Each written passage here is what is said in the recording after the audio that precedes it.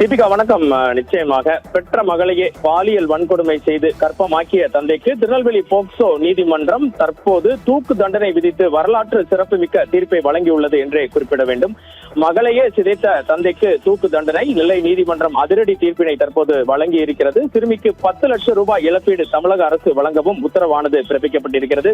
இது குறித்த விவரங்களை பார்த்தீர்கள் என்றால் திருநெல்வேலி மாவட்டம் 4 நேரி பகுதியைச் சேர்ந்த 47 வயது தொழிலாளி ஒருவருக்கு 14 வயதில் ஒரு மகள் உள்ளார். பாதுகாப்பாக இருக்க வேண்டிய தந்தையே தனது மகளை தொடர்ச்சியாக பாலியல் வன்கொடுமை செய்த கொடுமை அரங்கேறி வந்துள்ளது. அதில் அந்த சிறுமி 7 மாத கர்ப்பமானார். இந்த அதிர்ச்சி தகவல் வெளியே தெரிந்ததை அடுத்து கடந்த 7 மாதங்களுக்கு முன்பு 4 நேரி அனைத்து மகளிர் காவல்துறையினர் போக்சோ சட்டத்தின் கீழ் வழக்கு பதிவு செய்து அந்த நபரை கைது செய்தனர்.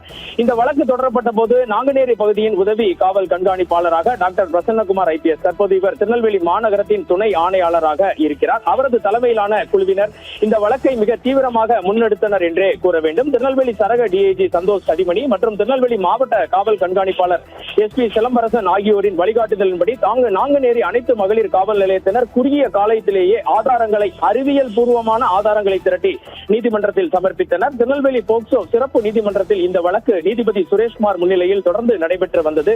அரசு தரப்பில் அரசு வழக்கறிஞர் உஷா ஆஜராகி பாதிக்கப்பட்ட சிறுமிக்காக வலுவான வாதங்களை தொடர்ந்து முன்வைத்து வந்தார்.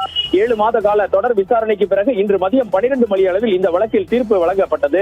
நீதிபதி தனது தீர்ப்பில் குறிப்பிட்டதாவது, பெற்ற மகளை பாதுகாக்க வேண்டிய தந்தையே இத்தகைய கொடூர இழி செயலில் ஈடுபட்டது சமூகத்தில் மன்னிக்க முடியாத குற்றம் என குறிப்பிட்டுள்ளார். இது ஒரு மிகப்பெரிய சமூக கொடூரம் என்பதற்கு இதுவே சாட்சி. இந்த நிகழ்வு சந்தேகத்திற்கு இடமில்லாமல் நிரூபிக்கப்பட்டுள்ளது. எனவே குற்றவாளிக்கு தூக்கு தண்டனை விதித்து தீர்ப்பளிக்கிறேன் என்று குறிப்பிட்டிருந்தார். குற்றவாளிக்கு 25,000 ரூபாய் அபராதமும் பாதிக்கப்பட்ட சிறுமிக்கு தமிழக அரசு சார்பில் 10 லட்சம் ரூபாய் இழப்பீடு உடனடியாக வழங்கவும் நீதிபதி சுரேஷ்குமார் உத்தரவிட்டார்.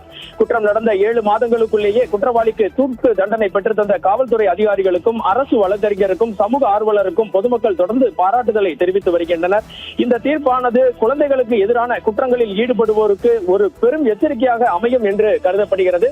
இந்த தீர்ப்பு வெளியான நிலையில் திருநெல்வேலி மற்றும் தமிழகம் முழுவதுமே மிகப்பெரிய பரபரப்பு ஏற்பட்டுள்ளது.